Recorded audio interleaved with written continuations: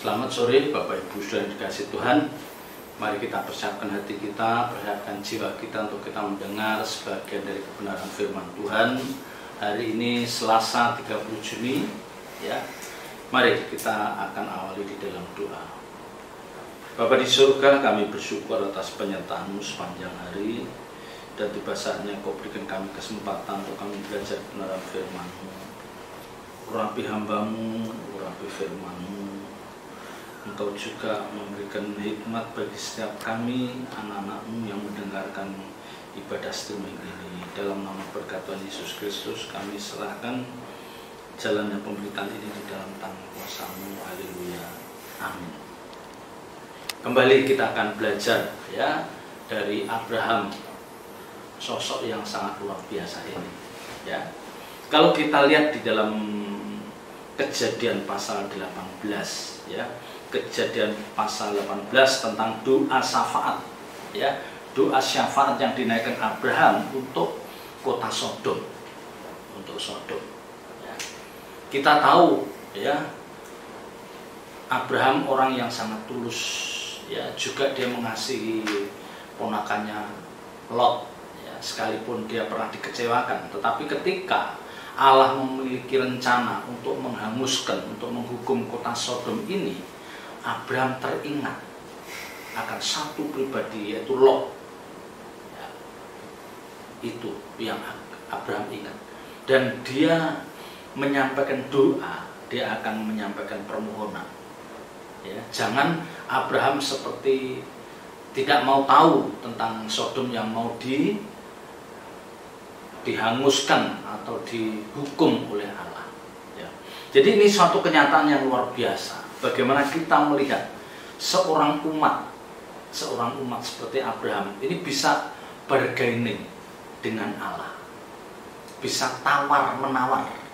Kalau Bapak Ibu Saudara membaca Kejadian 18 mulai ayat 16 sampai ayat ya, mulai ayat sampai ayat terakhir ayat 32, bagaimana Abraham menawar supaya Allah itu mengurungkan niatnya untuk menghanguskan Sodom ini. Nah, ini sangat luar biasa ya. Begitu pentingkah sosok Abraham ini di hadapan Allah ya. Begitu pentingkah sosok Abraham ini di hadapan Allah. Dan mengapa, kita nanti akan tahu mengapa Allah begitu memperlakukan Abraham begitu luar biasa ya. Tetapi yang jelas ya, yang pasti harus kita pahami adalah ketika seseorang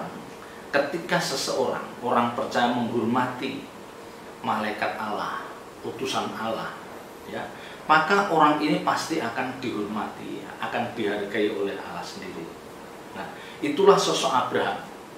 Kalau kita lihat di dalam Kejadian 18 ayat 16 ya, Kejadian 18 ayat 16, lalu berangkatlah orang-orang itu dari situ dan memandang ke arah Sodom, dan Abraham berjalan bersama-sama dengan mereka untuk mengantarkan mereka, Jadi Abraham itu ikut berjalan mengantarkan mereka. Di sini kita bisa lihat bagaimana Abraham itu sangat care, sangat peduli dengan utusan Allah ini. Ya, dengan apa yang dia lakukan ini menunjukkan bahwa dia dari hari ke hari memiliki hubungan yang semakin intim dengan Allah Bapa, lebih dari sebelumnya. Ya, lebih dari sebelumnya. Maka dengan sikap hati Abraham seperti itu, maka sudah pantas kalau Abraham itu juga layak untuk dihormati, diperlakukan lebih. Ya. Jadi Abraham ini memang sosok yang dikatakan sahabat Allah yang disukai ya, sahabat yang disukai oleh Allah, yang kepadanya Allah menceritakan segala rencana besar ya. Jadi cara menyambut Abraham ini ya, cara dia menyambut tamu Allah dan cara dia mengantarkan ini memang luar biasa ya. Jadi hendaknya Bapak Ibu Saudara dan saya harus membiasakan bagaimana kita menyambut, memperlakukan tamu kita dengan lebih baik. apalagi orang-orang yang lebih tua dengan lebih bermartabat, apalagi kalau itu seorang hamba Tuhan, ya, kita perlakukan dengan lebih baik, ya. Ini satu pelajaran yang baik, ya. Nah, Tuhan seolah-olah, ya, Tuhan itu seolah-olah ada kewajiban untuk memberitahukan apa yang akan dilakukannya itu terhadap Abraham, ya. Jadi Tuhan ini harus memberitahukan kalau dia harus akan menghancurkan kota Sodom. Ayat 17, ya. Ini yang saya sendiri cukup heran, ya. Ayat 17, berpikirlah Tuhan, apakah aku akan menyembunyikan kepada Abraham apa yang hendak kulakukan ini? Ya. Dia seorang Tuhan, Allah yang berkuasa, sampai dia mengatakan, apakah aku akan menyembunyikan hal ini kepada Abraham? Jadi rupanya Allah sendiri juga nggak enak kalau dia menyembunyikan apa yang mau dia lakukan, ya. Jadi sepertinya kalau kita nalar, sepertinya Allah sendiri sedang bergumul dalam dirinya, dalam hatinya. Kan seperti orang bergumul, apakah aku akan menyembunyikan? Ya, ada pertanyaan yang ditujukan pada diri sendiri berkenaan dengan rencana besar yang akan dilakukan terhadap Sodom ini. Ya, ini tentu sesuatu yang luar biasa. Ini sesuatu yang luar biasa. Ya, coba kalau misalnya kita menjadi pegawai rendahan, ya, pegawai yang tidak memiliki posisi yang tinggi, tetapi atasan kita misalnya seorang menteri, misalnya dia mau memiliki rencana apa sampai dia memanggil kita, melibatkan kita, itu sesuatu yang sangat luar biasa. Ya, jadi kita ini ada nilainya di depan beliau ini. Nah, ini sama dengan Abraham. Di hadapan Allah Bapa, Abraham ini memiliki nilai lebih. Ya, apakah aku akan menyembunyikan kepada Abraham apa yang hendak kulakukan ini? Padahal kalau kita melihat, ya, Allah Bapa itu kan bisa aja melakukan tanpa harus berunding, tanpa harus ada rasa tidak enak terhadap Abraham. Tetapi kenyataannya hal ini seperti menjadi pergumulan. Ya, jadi ini benar-benar satu spesial case, kasus yang khusus. Mungkin kita tidak pernah melihat setelahnya Allah bergumul dalam dirinya sendiri atas tindakan apa yang akan dia lakukan. Ya, jarang atau tidak pernah. Jadi kita bisa membayangkan betapa luar biasanya relasi sosok Abraham ini dengan Allah Bapa. Sampai Tuhan ini tidak bisa untuk tidak terbuka. Tidak bisa untuk tidak terbuka. Ya. Jadi kalau saya merenungkan betapa agungnya, betapa mulianya kalau orang percaya bisa mendapatkan kepercayaan seperti Abraham mendapatkan kepercayaan dari Allah Bapa. Betapa agungnya, betapa mulianya. Ya. Jadi ini satu penghormatan yang luar biasa. Ya, luar biasa. Tetapi kenyataannya memang di ayat-ayat selanjutnya Alkitab mengatakan, ya, sebab ayat 19, sebab aku telah memilih dia supaya diperintahkannya kepada anak-anaknya dan kepada keturunannya supaya tetap hidup menurut jalan yang ditunjukkan Tuhan. Jadi ketika Allah memilih sosok ini, Allah memiliki keyakinan bahwa Abraham ini adalah orang yang pantas, orang yang bisa dipercaya, bahwa dia akan mengajarkan ini semua kepada anak cucu dan keturunannya.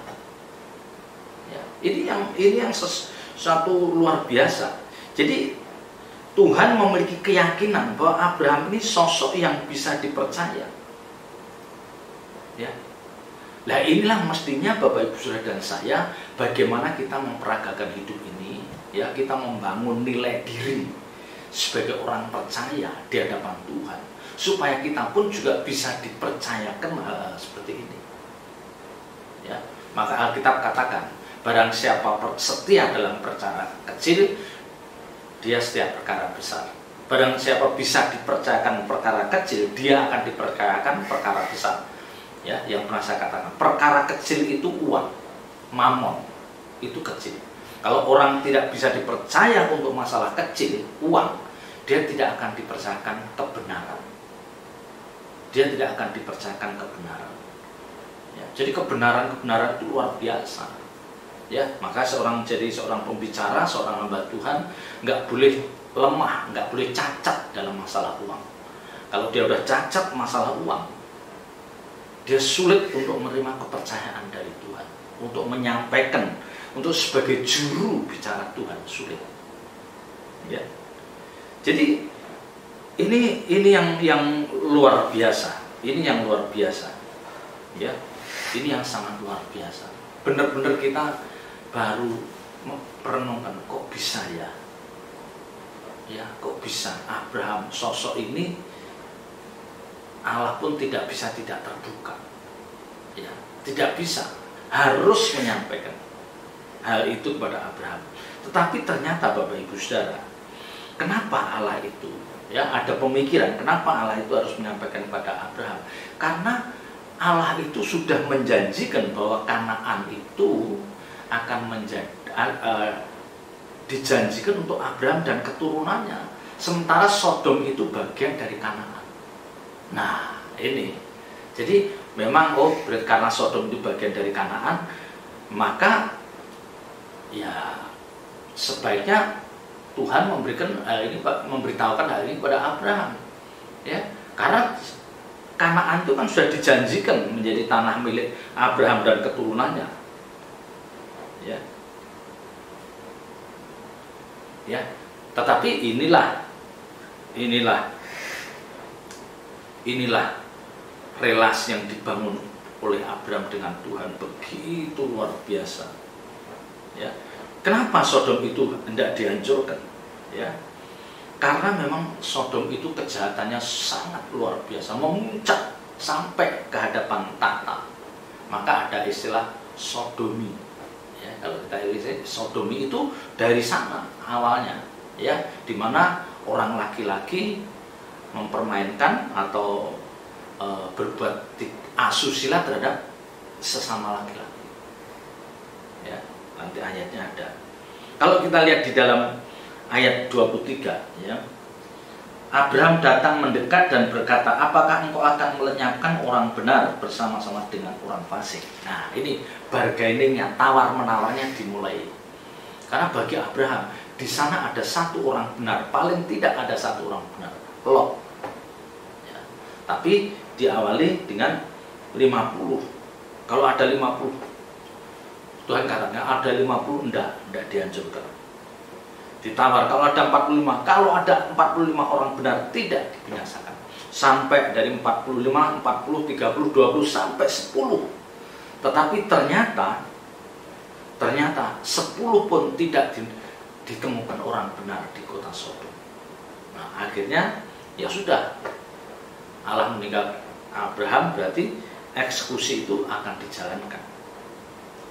Ya, jadi kita melihat, ya, yang menjadi pelajaran berharga bagi kita. Abraham bisa membangun relasi yang begitu kuat sampai dia diizinkan, diperkenankan untuk bargaini, tawar-menawar. Yang pertama. Yang kedua, Allah itu tidak bisa tidak terbuka. Apa yang akan dilakukan, dia harus menyampaikan kepada Abraham. Ya. Jadi ini menunjukkan bahwa Abraham ini sosok yang sangat luar biasa. Mari Bapak Ibu Saudara, kita membangun kualitas diri, nilai diri kita seperti itu kualitasnya. Jadi kalau Bapak Ibu Saudara kerja di kantor, di perusahaan, atau di pegawai negeri, mari kita membangun nilai diri sehingga orang itu sulit untuk tidak percaya pada kita. Ya, atasan itu sulit untuk tidak dia melakukan sesuatu tidak konsultasi dengan kita. Bagaimana itu bisa terjadi dalam diri Bapak Ibu Saudara dan saya? Ya, juga di keluarga besar, di keluarga, dalam pelayanan. Ya. Bagaimana seorang gembala, seorang orang tua itu sulit tidak melibatkan Bapak Ibu Saudara dan saya. Nah, inilah yang saya katakan membangun reputasi. Membangun reputasi itu penting. Itu penting. Ya. Apalagi zaman sekarang ini, di mana yang sering saya katakan betapa sulitnya kita menemukan orang-orang yang jujur, menemukan orang-orang yang tulus, orang-orang yang setia, ya. Kalau dia sebagai pelayan Tuhan menemukan orang-orang yang rendah hati, yang berkorban, itu sulit. Ya, inilah kesempatan Bapak Ibu Saudara dan saya. Inilah peluang Bapak Ibu Saudara dan saya untuk membangun, ya, membangun prestasi yang tinggi. Ya, mari kita tunjukkan kita memiliki kualitas yang sangat luar biasa. Ya. Ini yang harus kita tunjukkan. Nah, sekarang kita menginjak pada pasal 19. Ya, kita melihat bagaimana Lot ketika dia menerima tamu 2 malaikat itu, bagaimana dia memperlakukan tamunya itu dengan sangat baik. Ayat 3 dari Kejadian 19 ayat 3. Tetapi karena ia sangat mendesak mereka, singgahlah mereka dan masuk ke dalam rumahnya. Kemudian ia menyediakan hidangan bagi mereka untuk membakar roti dan roti yang tidak beragi, lalu mereka makan. Ya. Bagaimana Lot ini menyambut kedua malaikat utusan Allah? Bagaimana dia menyambut utusan Allah dengan luar biasa? Ya. 2 malaikat utusan Allah itu untuk menyaksikan sendiri, ya, ini utusan Allah. Ya, 1, dia untuk misinya untuk menyelamatkan Lot dan keluarga, tapi juga melihat apakah benar kejahatan itu benar-benar terjadi di tempat itu, ya, di Sodom itu. Ya, jadi Allah nggak mau hanya mendengar orang, dia mengutus sendiri 2 malaikat ini. Dan ternyata ini memang bejatnya luar biasa. Ya, dikatakan di ayat 5. Ya, jadi ketika 2 malaikat itu masuk ke rumah Lot, dijamu terus masuk, rupanya ada penduduk Sodom itu yang tahu bahwa ada 2 pria, 2 tamu yang masuk dalam rumah Lot itu. Lah, mereka menggedor, mereka berteriak-teriak memaksa pada Lot supaya tamu itu diserahkan pada mereka. Coba kita baca ayat yang kelima. Ya, Kejadian 19 ayat 5. Mereka berseru kepada Lot, "Di manakah orang-orang yang datang kepadamu malam ini? Bawalah mereka keluar kepada kami supaya kami pakai mereka." Supaya kami pakai mereka. Ini yang teriak-teriak itu penduduk laki-laki yang sudah amoral.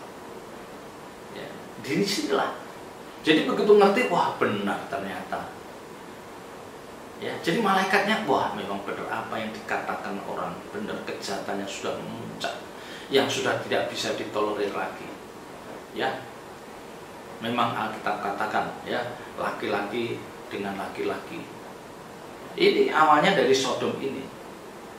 Ya, jadi bejatnya moral orang-orang Sodom ini tidak heran kalau ternyata memang Tuhan mau menghukum mereka. Kita tidak bisa menghindari. Memang harus dilakukan. Ya.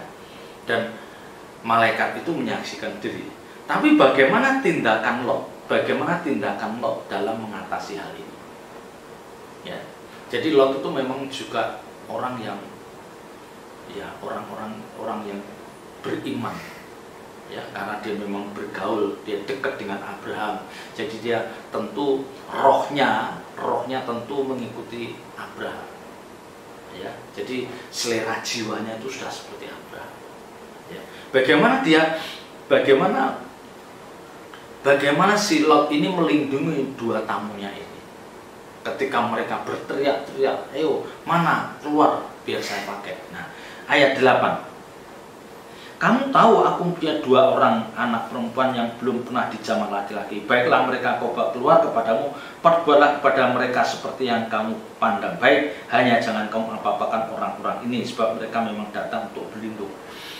Demi melindungi kedua tamunya ini, Lot rela memberikan anak gadisnya. Anak gadis, ya, jadi dia belum pernah bersuami, belum pernah disentuh laki-laki, itu direlakan udah ke orang-orang Sodom. Ya, kita melihat betapa luar biasanya Lot ini demi melindungi 2 tamunya, utusan Allah ini, dia merelakan miliknya yang berharga. Itulah anak gadisnya. Ini tidak bisa, kita tidak bisa mengerti kok begitu luar biasanya si Lot ini. Ya. Nah, ini pelajaran terbaik bagi kita. Bagaimana seringkali kita juga ditantang. Bagaimana kita mengorbankan apa yang kita miliki. Ya tentu bukan anak gadis kita, mungkin harta kita. Ya, mungkin sebagian harta kita. Kalau memang itu demi pekerjaan Tuhan. Kalau Roh Kudus gerakkan. Ya. Tapi paling tidak kita melihat pengorbanan Lot ini demi utusan itu, 2 utusan itu. Ini yang luar biasa. Ini yang sangat luar biasa. Ya. Jadi banyak hal yang kita ambil dari pembacaan Kejadian 18, Kejadian 19 ini, banyak pelajaran yang bisa kita ambil. Kita lihat betapa bejatnya orang-orang itu. Ya, bagaimana Lot itu memperlakukan itu dengan baik. Dia mempertaruhkan harta miliknya yang disayang itu demi kedua tamunya itu. Sekalipun mereka akhirnya tidak menjamah istri Lot, anak gadis Lot, tetapi dia tetap ngotot, ya, teriak-teriak, ya. Tapi akhirnya 2 malaikat itu ditarik si Lot masuk dan ditutup pintu dan mereka dibutakan. Akhirnya mereka dibutakan. Ya. Nah, dari sini sudah malaikat sudah bilang, oke, sekarang bersiap-siaplah karena sebentar lagi Tuhan mau menghukum kota ini. Ya. Rupanya coba kita baca ayat 14. Ayat 14 Kejadian 19. Keluarlah Lot lalu berbicara dengan kedua bakal menantunya yang akan kawin dengan kedua anaknya perempuan. Katanya, bangunlah, keluarlah dari tempat ini sebab Tuhan akan memusnahkan kota ini. Tetapi ia dipandang oleh kedua bakal menantunya itu sebagai orang yang berolok-olok saja. Orang yang berolok-olok saja. Abraham punya niat baik. Abraham itu sangat care dengan keselamatan jiwa calon menantunya. Tetapi dasar menantu ini dia orang-orang yang pasti dia tidak peka. Dia tidak memiliki panca indera. Dia tidak memiliki kepekaan rohani melihat keadaan seperti itu. Ya. Ini yang kita sayangkan. Bapak, Ibu, Saudara dan saya yang sudah berpuluh-puluh tahun menjalani hidup berkrisna, kita harus memiliki kepekaan roh. Ya, kita harus memiliki kepekaan roh. Kita harus mau mendengarkan orang-orang yang menyampaikan hal itu pada kita. Kita renungkan, jangan-jangan yang disampaikan itu benar. Kita jangan terlalu apatis, apalagi terhadap orang yang lebih tua. Ya, ini menantu ini tidak tahu diri. Ya, dia tidak tahu diri calon menantunya ini. Ya, orang tuanya, calon mertuanya sudah ngomong gitu, tapi dia tidak merespon dengan benar. Ya. Akhirnya malaikat itu tidak tahan, cepat mereka membawa keluar. Ya. Dan malaikat itu menyuruh mereka lari dengan 3 pesan. Ya, ketika malaikat itu menarik, karena mereka berlambat-lambat, ditariklah Lot dan istri dan anak-anak yang ditarik. Lot memesankan 3. 1, jangan menoleh ke belakang. Yang kedua, janganlah berhenti dimanapun juga di lembah Yordan. Yang ketiga, larilah ke gunung. Ya, dari 3 hal ini, Lot menawar, kalau aku lari ke pegunungan capek, jangan-jangan aku belum sampai ke sana karena tempat itu cukup jauh.